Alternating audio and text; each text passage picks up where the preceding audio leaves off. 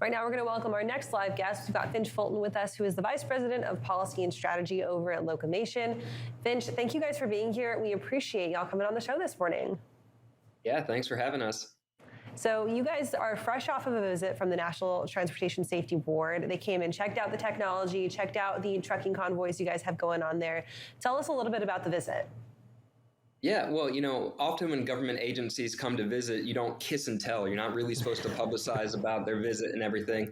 But the NTSB is a little bit different because their main power is to investigate and then compel action by making recommendations and inspiring the public to understand the issue and really engage to put pressure on either the industry partners that are actually in charge of safety or the regulators that are in charge of ensuring safety. So for NTSB, when they come and visit and they say, this was a good visit, you're doing things the right way, we've got, you should check out these recommendations. It is good for them, for us to highlight that we had such a good visit with NTSB, because hopefully it compels others in the automated vehicle and automated trucking industry to also invite them in to open up the curtain and let them see how things are actually working and how they're implementing, previously made NTSB recommendations. So it was incredibly valuable for us. And this is a case where we are actually supposed to brag about how good the visit was and how useful it was.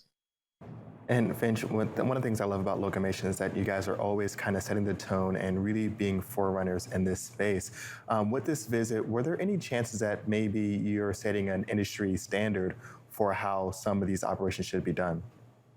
Well, the answer is we better be. So NTSB, as we look at everything, one of the things that was super interesting is we have people that, if you remember back in 2018 in Tempe, Arizona, there was a fatality with a crash where an automated vehicle was being tested by Uber.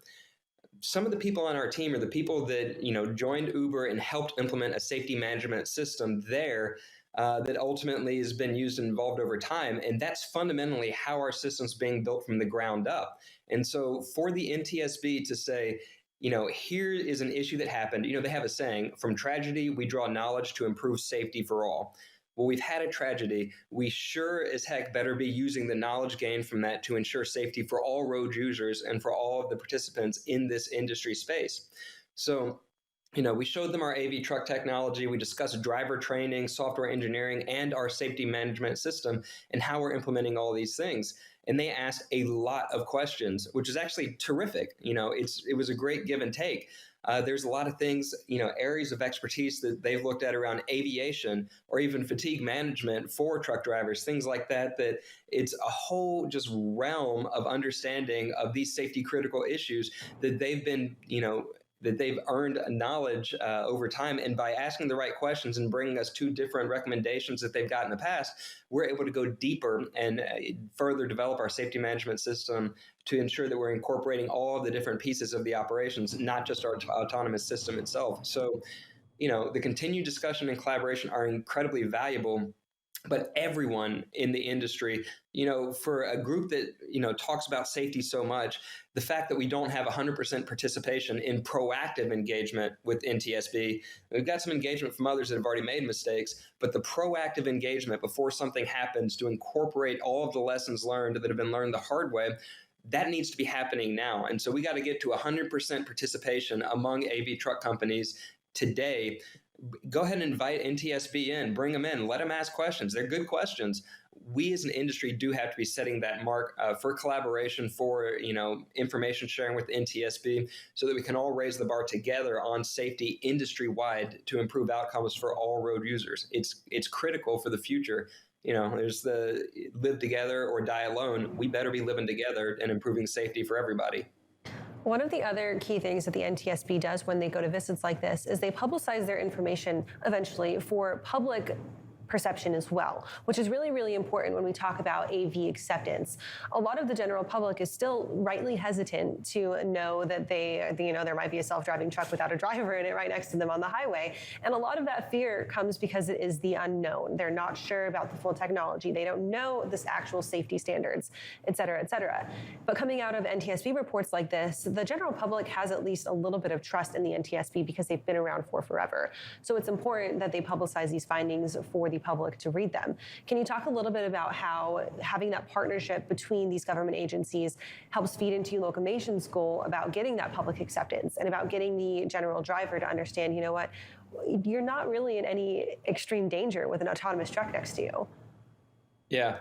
Well, so public polling has shown that you have around a third of Americans that are somewhat comfortable with an autonomous truck driving next to them. When you say it's a human-guided convoy, the same studies conducted by the Consumer Technology Association showed that a majority of Americans are comfortable with that. What's actually interesting, in a separate poll done by AAA, the vast majority of Americans would prefer that there be no trucks on the road at all. So you do have to understand where the public perception is coming from. They are afraid of trucks. And so when you look at autonomous trucks, you're taking something that people generally aren't comfortable with something that people generally know they don't like, and then you have to help them understand how you're progressing things safely. So you were absolutely right with everything you were saying about the NTSB. Essentially, when you work with the NTSB and you can help provide them some level of comfort about how you're engaging and bringing in their recommendations, incorporating them to improve safety, then you have all of the academic experts, other regulators, industry partners that are really understand in depth what all of this means. Then they start having more comfort. And then this feeds into comfort from reporters, from suppliers, from the greater ecosystem. And then that plays out to the public. So you have all these different spheres of knowledge. They go deeper and deeper and wider, where you have to be able to go deep with a group like NTSB or NHTSA or FMCSA, and then that helps raise the level of comfort, further out with people that frankly would rather not be paying attention to these issues, and so have concern about the safety of trucking and have concern about the safety of autonomy. When they can see greater levels of comfort among everybody in the ecosystem, that is a key way to improve the overall public acceptance for these operations. Now, Finch, earlier you said that the NTSB asked a lot of questions. Maybe you can't get into specifics, but can you drill down into any particular areas that they're really kind of focused in on, or were they just wide-range questions? No, we can get into any specifics you'd like. I mean, some of them were basics about the system, how our autonomy works, how the two truck linked convoy works. And, some of it was just questions about like, well, what's the value proposition here? I don't understand why this works versus other things. Some of the questions about the difference in safety between this and long combination vehicles, doubles or triples. Again, fatigue management was huge. How do we track these things? How do we document them? How do we ensure the safety culture focuses on this?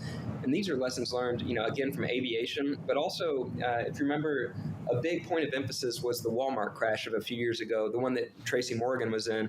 So Walmart, largest private fleet in the country, good safety culture, but they couldn't understand why the driver, with all the training that they had, did the wrong thing. And in that case, it was the driver, lived in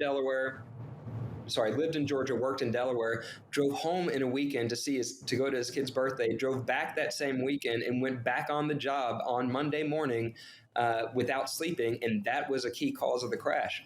And so when you think holistically about your drivers, whether they be Locomation drivers or whether they be our future customer drivers, how do you ensure that they are prepared to handle the entirety of the operation of that system?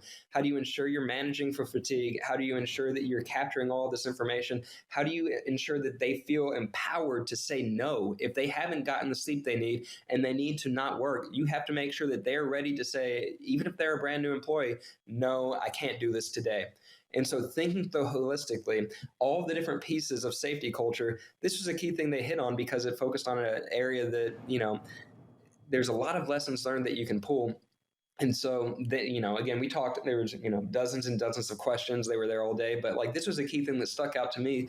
How do you not only make sure you've got the right systems in place, but how do you have the safety culture to ensure that people are doing it the way you need them to and the way it was envisioned? And that's critical, continuing to improve the safety culture. Essentially, we all have a responsibility to ensure we continue to develop and improve upon the safety culture at Locomation, but then again, spread that to industry as a whole. We have to keep setting that higher bar for safety, and we have to do so leading by example. Awesome, Finch. Well, thank you so much for joining us this morning. Great to have you guys on as always and to see what Locomation's doing. We mentioned the AV EV Summit coming up that we've got here at FreightWaves. Do we have any participation from Locomation in it?